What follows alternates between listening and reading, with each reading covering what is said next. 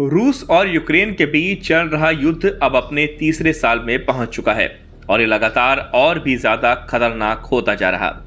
बीती रात यूक्रेन के लिए अब तक की सबसे डरावनी रात साबित हुई जब रूस ने उस पर एक बड़ा हवाई हमला किया।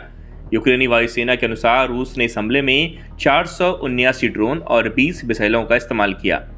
हमला खासतौर पर यूक्रेन के मध्य और पश्चिमी क्षेत्रों को निशाना बनाकर किया गया। ये हमला ऐसे समय हुआ जब हाल ही में यूक्रेन ने रूस के एक एयरबेस पर हमला किया था। माना जा रहा है कि रूस की यह कार्रवाई उसी का जवाब है।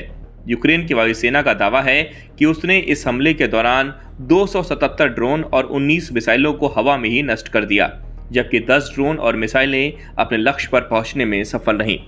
इस हमले में एक व्यक्ति के घायल होने की खबर है, लेकिन इन सभी दावों की स्वतंत्र पुष्टि अब तक नहीं हो सकी है।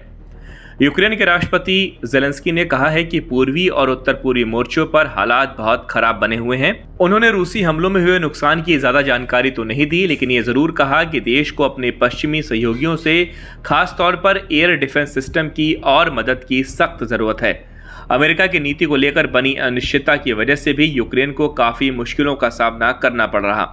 दूसरी ओर रूस ने दावा किया है कि उसने अपने क्षेत्र में यूक्रेन द्वारा भेजे गए 49 ड्रोन मार गिराए। रूस के अनुसार उनके 7 अलग अलग क्षेत्रों में ये ड्रोन गिराए गए, जिनमें सबसे ज्यादा यानी 25 ड्रोन वोरोनिश क्षेत्र में गिरे। इन ड्रोन हमलों से वहां की गैस पाइपलाइन को नुकसान हुआ और आग लग गई। इसके अलावा चुवाशिया क्षेत्र में 2 ड्रोन एक इलेक्ट्रॉनिक वॉरफेयर प्लांट से टकरा गए, जो मॉस्को से करीब 600 किलोमीटर दूर स्थित हैं।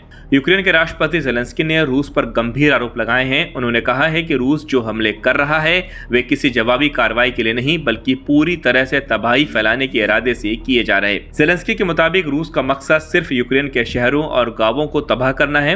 उन्होंने कहा कि जहां जहां रूस कब्जा करता है वहां सिर्फ बर्बादी और विनाश होता है।